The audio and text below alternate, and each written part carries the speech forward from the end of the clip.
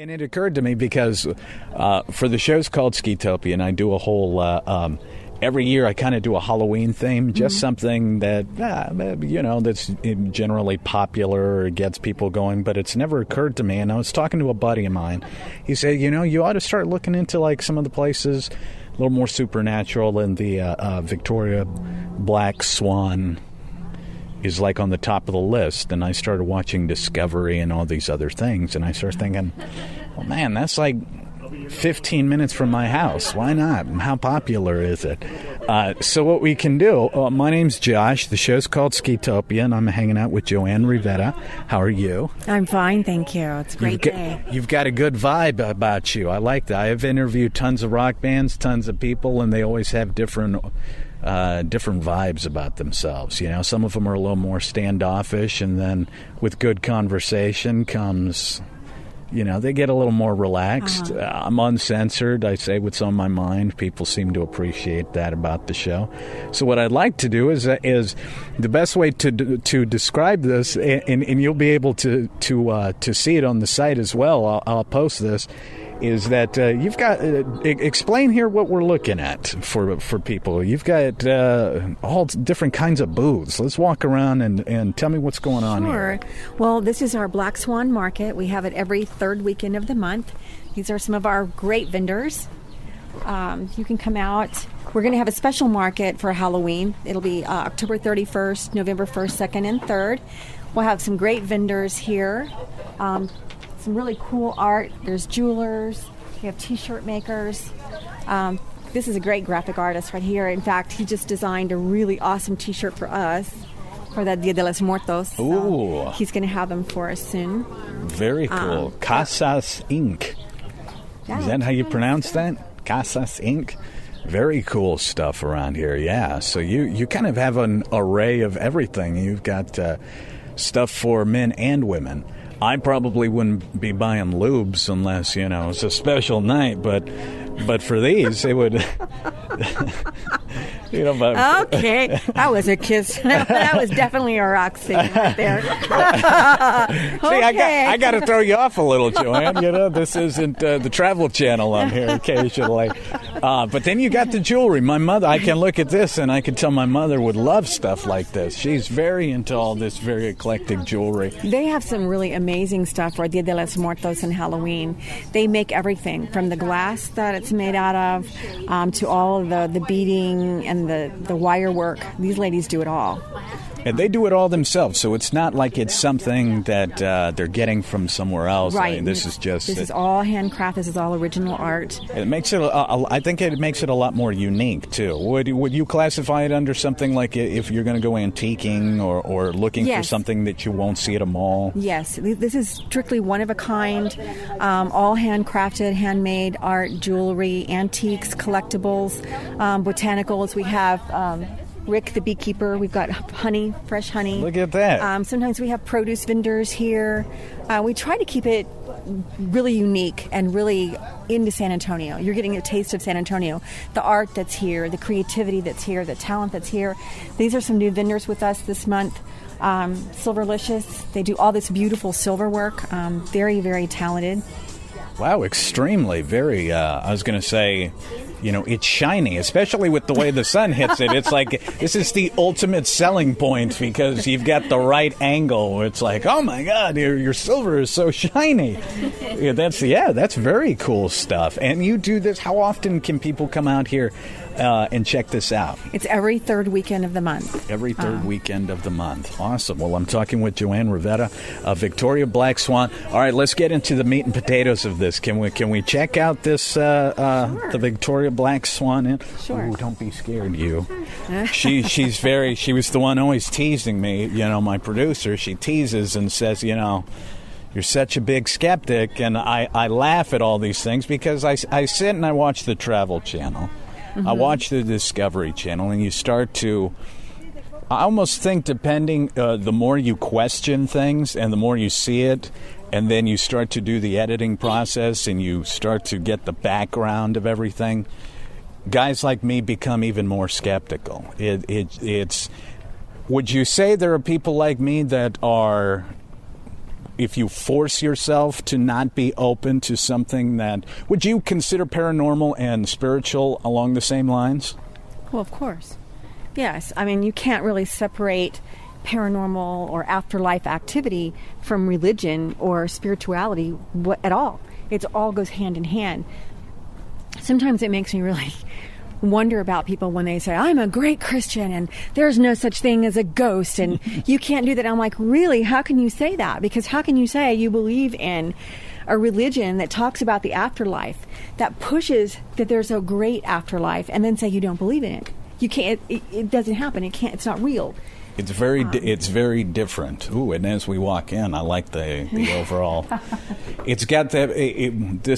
I see why people like Discovery Channel, and you've got these ghost hunters and stuff come. This is a perfect place to shoot. Everything, the decor, just kind of reaches out and grabs you. And, I guess it doesn't hurt, too, if you've got the Dias de los Muertos. Well, I'm just getting ready to do our decorations, so stuff prepared. I've just been kind of sticking it up. I was really going to try to get going today, but it's been pretty busy with the market and the vendors and people coming out to look at the property and tours.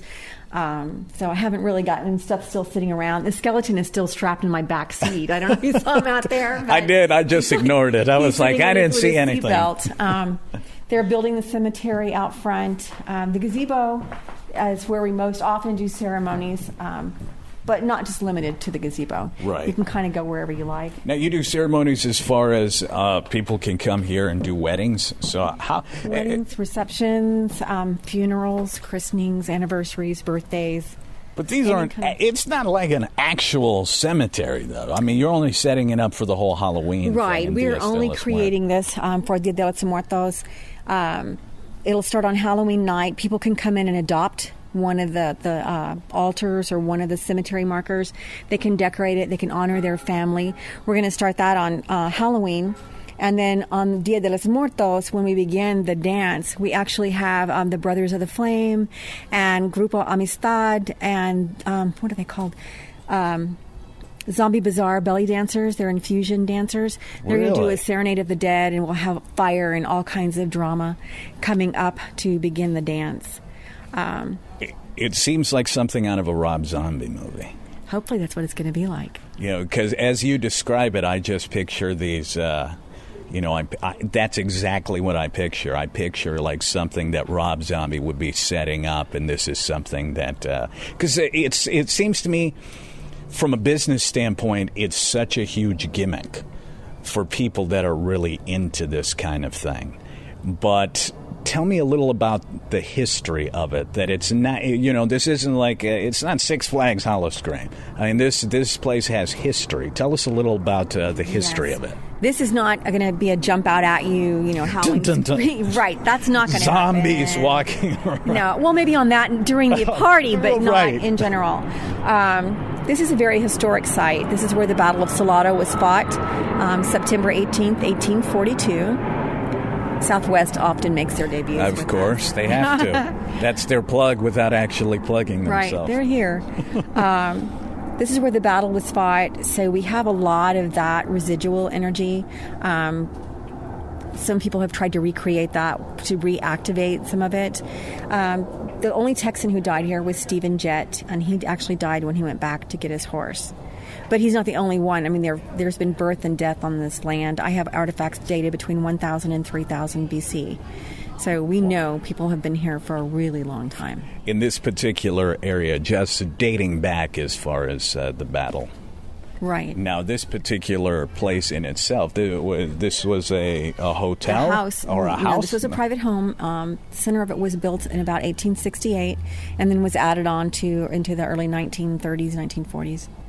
Now, how did this wind up turning into a spot that people started to when did the paranormal thing start happening?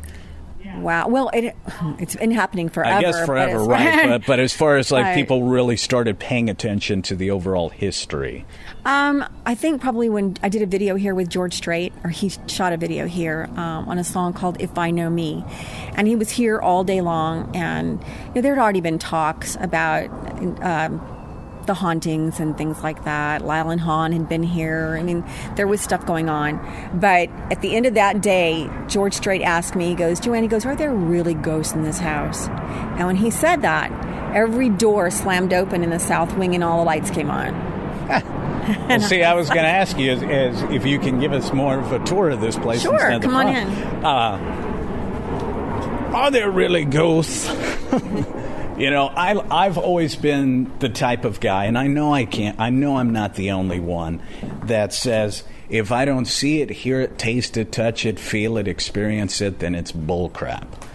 And I don't want to walk next to you because you're saying this. So as we go down into this creepy part of the house, you can go ahead of me. Okay. I don't know if I want to film. Because honestly, I can without a shadow of a doubt tell you, I was born and raised in a very religious household, and I'm a firm believer of the afterlife and whatnot. I guess what room are we at here? This We're in the first room. Is one of the bedrooms down here in the south wing, and this is old school here. You got your classic rooms here. Very cool. See, I could see. Do you rent these out for people, or is it just more of a? We're not a hotel. Okay, I figure. But you got to remember, I'm a guy coming to the we're a bed and breakfast, and everybody goes, "Oh, the room is great. I want to stay the night." It would be very cool. I like the overall vibe of it. This is all to me, it's like, movie stuff. I like it. Anything in particular happen in this room? This room is where we believe Emma is. There's a woman. Quite often you can smell perfume in here. If you actually sleep in here, a lot of times you'll feel someone like stroking your cheek. You'll feel them sit down on the bed with you. And that's not the gnats that are doing. That's an actual. No, it's an actual something. Now, did you place these in a certain? Because I got, like I said, I mean, no disrespect when I ask any of these questions. This is just something that is me. Do you place a lot of like the mirrors upon mirrors upon mirrors for the simple fact that quite possibly you could see anything? Because judging by how I'm looking at everything, you could almost see a reflection upon a reflection that could, if I think you say to yourself, oh, I might be that one person that sees something. It could be almost anything, judging by the way everything is kind of laid out. It's purely coincidental. The rooms kind of evolve, but the house sort of dictates it.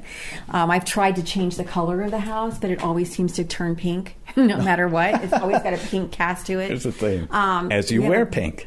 Right. And it has a feminine side of the house and a more masculine side of the house. Mirrors, this is partly because we do weddings and people want to see what they look like, but it is interesting that we have a lot of mirrors for some reason. And the upstairs bedrooms, upstairs there are mirrors everywhere that were here when I got the house. So the house either likes mirrors or there's just something that moves you to do it, because everywhere we go, you're going to see mirrors. Now, on this place, how long have you been living with ghosts? How long have you been? Since 1987. Now, you don't touch the house as far as like remodeling. You kind of keep it as true to form as you can. As much as we possibly can. Everything is original. I have been tempted to like modernize, get new bathrooms and things like that, but then I go into homes where I've seen people do that. I'm like, they've destroyed and you've lost the whole integrity of the house. So this house is pretty much original the way it was when I found it. Now, you mentioned a woman by the name Emma. Who is Emma? I think her name is Emma Mahler. That's who I think she is. I don't know why we call her Emma, but that's just the name that came to us. And I have been able to find that there was an Emma that was related to the property. So it kind of makes sense that that's who it is. This room is one of the more intense rooms. When we were shooting with Ghost Adventures back here, we got kind of a paradigm shift. It was like the room kind of cocked itself, and you got a little bit of uneasiness, a little loss of equilibrium, things like that. This room has the psychomantium in it, which is in that closet. Now, that's my fear factor. Now, what is say again? The psychomantium. Now, what is psychomantium? Socrates originally did scrying, and it's a space that allows you to bring forth spirit. Some psychologists are using it now for bereavement counseling, but primarily what it is that it's a sensory deprivation of sorts. It's a room that's completely dark. There's a mirror that allows you to see into infinity and bring forth spirit. So the concept is that if you've recently lost someone and you want to get in touch with them, you can bring in artifacts, things that belong to them, focus on that, and allow their spirit to come through to you. No, I just have to say that seems like complete nonsense to me. Like I loved my grandfather, but I would, if I brought in one of his World War II POW antiques and I walked in that room and did it, I am 98% sure I would just be sitting in a dark room with a mirror. Now, how many people like that are like me that are just kind of... It's not that I'm not sold on the issue, because I think something like that could happen. I just find it almost seems cartoonish or something out of a horror film. Well, it's not horrible. I mean, it isn't scary. Not horrible as in, like, that category. Like right. It's not... I mean, a lot of people come in here skeptics.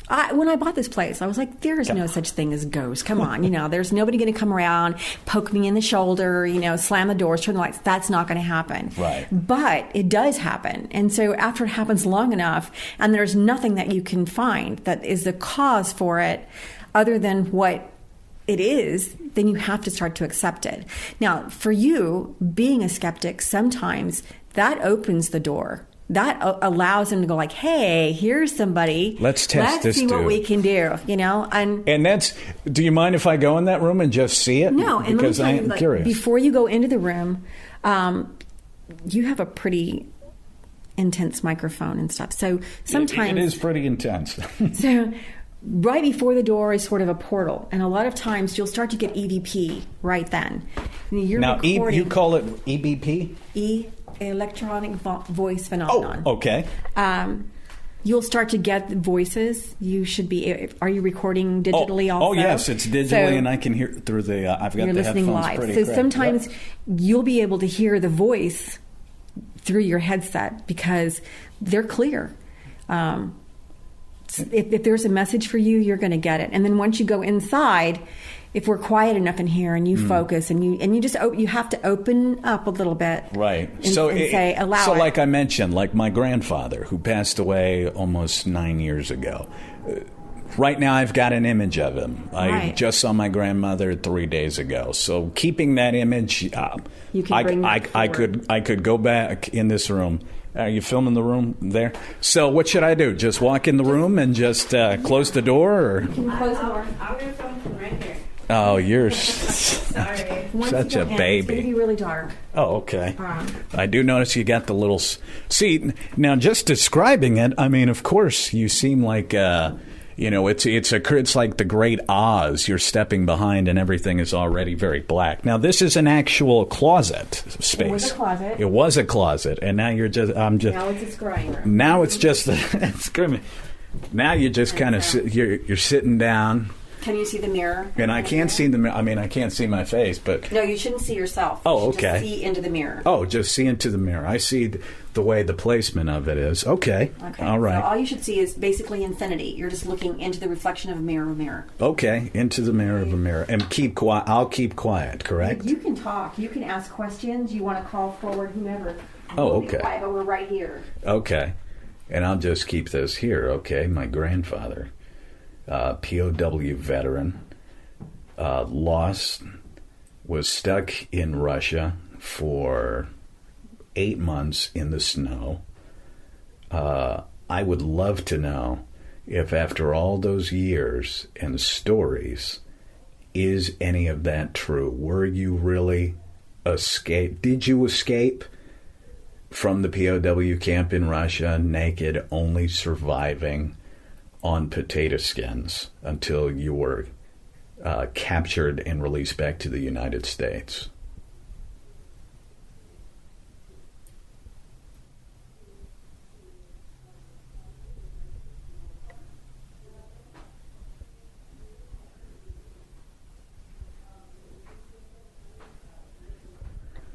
Well, maybe it needs to be darker, because I don't. It's dark. Maybe it would be spookier if it was at night. See, because the best way to describe this, people, is that imagine you're in a forest and you're in a tent and it's pitch black and around you. Now, mind you, I could see from a fear factor level, if you were staring at a mirror inside a tent in the middle of nowhere, depending on who you are as far as a skeptic, not a skeptic. I always blame, like, my producer, Sarah. She's a big baby. She would walk in here and probably leave in tears saying that her grandfather, touched her. I mean, that's just one of those things. Okay, well, I get the general gist of this. But I could see how people are,